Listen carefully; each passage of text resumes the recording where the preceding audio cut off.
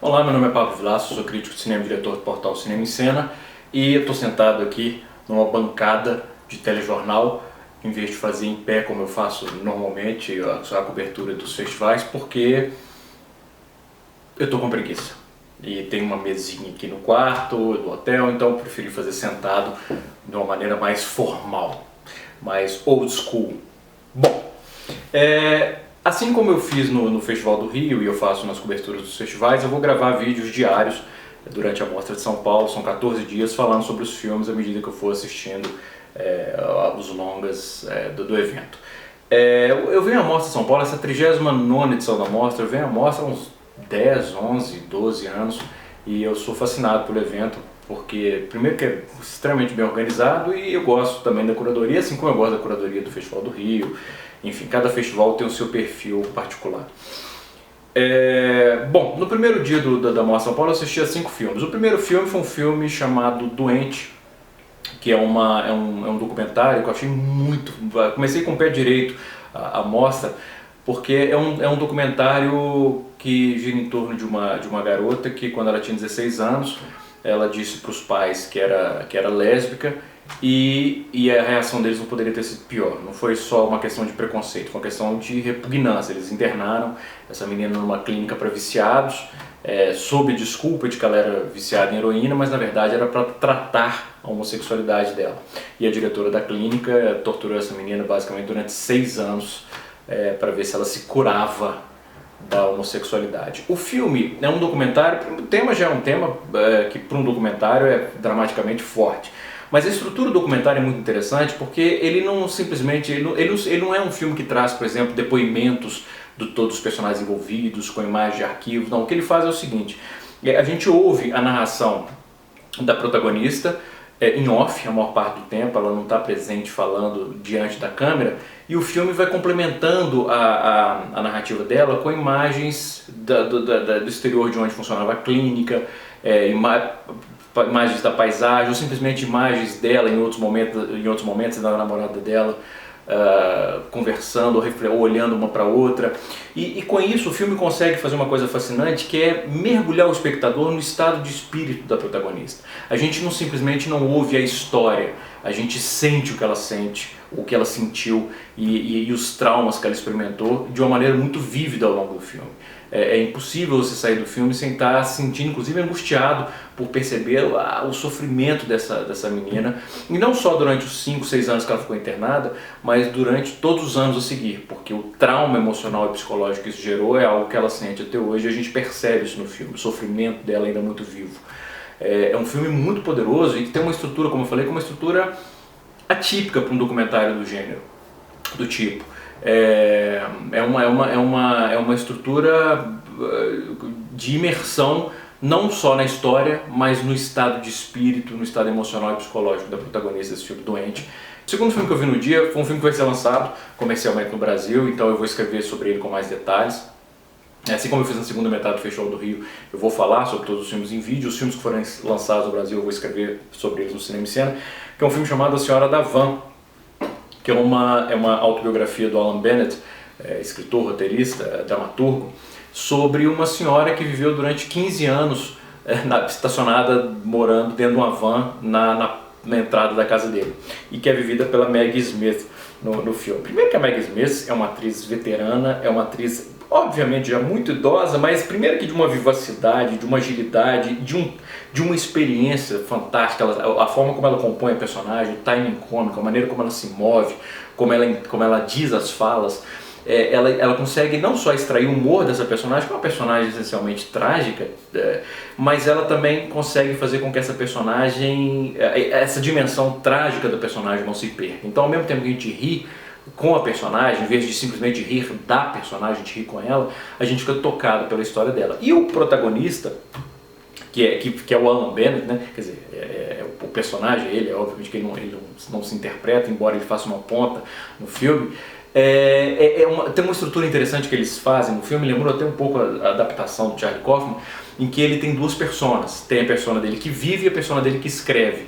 e a persona dele que escreve e que vive conversam várias vezes durante o filme. Olha, essa experiência é uma experiência que eu sei que você vai colocar. Se você vivesse mais, eu talvez não devesse escrever só sobre coisas autobiográficas. Em algum momento a gente vê a Meg Smith dizendo uma coisa e um diz pro outro, mas ela não disse isso. Não, na minha versão ela disse. Então existe até uma jogada metalinguística e que reflete muito a lógica de um escritor de se debater o tempo inteiro, né? Ter esse debate interno sobre o que transforma em ficção e o que não transforma, que funciona muito bem. Eu estou bebendo aqui uma aguinha, mas não só, também para mostrar a caneca bacana que a gente, do Cinema em Cena, em parceria com a Tunicado, que a gente está vendendo. Então também é um merchan que eu estou fazendo durante o vídeo. Muito linda essa caneca, eu vou beber uma aguinha. Que água gostosa dessa caneca linda. O terceiro filme é um filme que eu gostei muito, dessa Senhora da Van. O terceiro filme que eu vi no dia foi um outro documentário chamado Guerra de Mentiras, que é um filme que eu tenho alguns problemas éticos com o filme. Eu acho que o filme, algumas vezes, ele falsifica, ou pelo menos ele recria certos documentos, por exemplo. Bom, sobre o que é? Ele entrevista um refugiado do Iraque, um cara que era engenheiro químico no Iraque, na época de Saddam Hussein, e que ele foge do Iraque e ele acaba sendo usado como fonte pelo serviço de espionagem, serviço de inteligência alemão e depois pela CIA, para justificar a invasão do Iraque. Eles basicamente usam o depoimento que esse cara assume que era um depoimento fantasioso, fictício, eles foram usados, esse depoimento foi usado, inclusive no filme aparece o Colin Powell, aparece o Bush, a Condoleezza Rice, citando esse cara, o depoimento desse cara para justificar a invasão ao Iraque. E a gente percebe não só por que ele inventou aquela mentira, mas como essa mentira foi usada de maneira cínica pelos serviços de inteligência para justificar essa invasão. Então é um filme que é uma denúncia, nada surpreendente, a gente já sabe do falso pretexto utilizado pelos Estados Unidos, mas é uma denúncia que é contundente, principalmente para a gente conhecer o autor da mentira.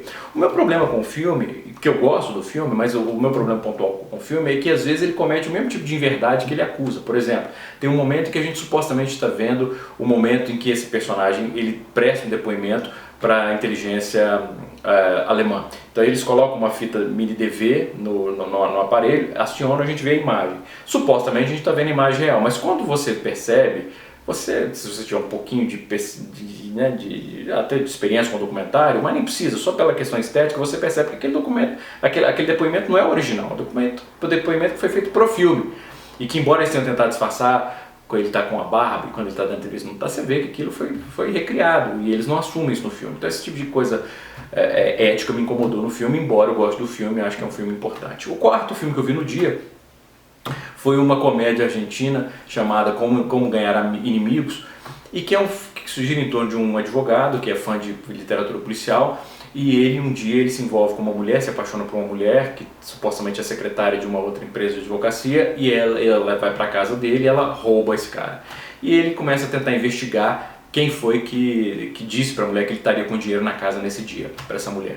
E como ele é fã de literatura policial, existe uma justificativa interna para o filme também assumir o caráter policial. Mas enfim, o problema é que a trama policial do filme ela é óbvia demais. Desde o início, todo mundo já sabe, com um pouquinho de percepção, já sabe quem é o culpado, o vilão do filme, vamos dizer assim.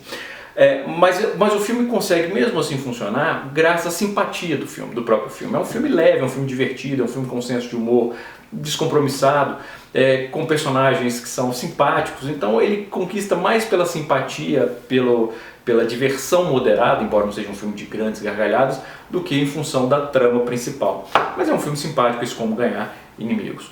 E o último filme que eu vi no dia foi um documentário brasileiro chamado Monstros do Ringue, sobre lutadores de luta livre brasileiros, desde a época do Telecat, na década de 60, na década de 60, antes disso não, na década de 60, 70 e início da década de 80 e um pouquinho da década de 90, a luta livre na televisão, mas principalmente o que esses caras fazem fora da televisão, e a maneira como eles, de maneira apaixonada, mantêm a luta livre viva, mesmo se apresentando.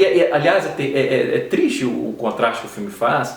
É trágico, de certa maneira, o contraste que o filme faz na época em que eles estavam no auge, sendo exibidos na Gazeta, na Record, que eles lotavam um ginásio de 18 mil pessoas, e agora ele se apresentando em feiras, em circos no interior, para ginásios que são minúsculos e mesmo assim tem só 30, 40 pessoas. E mesmo assim esses caras mantêm a chama, a paixão pela luta livre viva, que é uma coisa que pode ser considerada cafona, a luta livre, eles mesmos dizem isso no filme, uma coisa ridícula, trash. Mas a paixão que esses caras exibem pelo esporte, e é um esporte, eles se machucam de verdade, existe um treinamento por trás daquele show, é comovente, e o filme tem muito carinho pelos seus personagens, pelos seus entrevistados, isso passa para o espectador e a gente acaba ficando comovido e torcendo até para que a luta livre renasça, para que eles consigam manter essa paixão viva. Então foram esses os filmes, 5 filmes que eu vi no primeiro dia da Mostra de São Paulo. Grande abraço e bons filmes.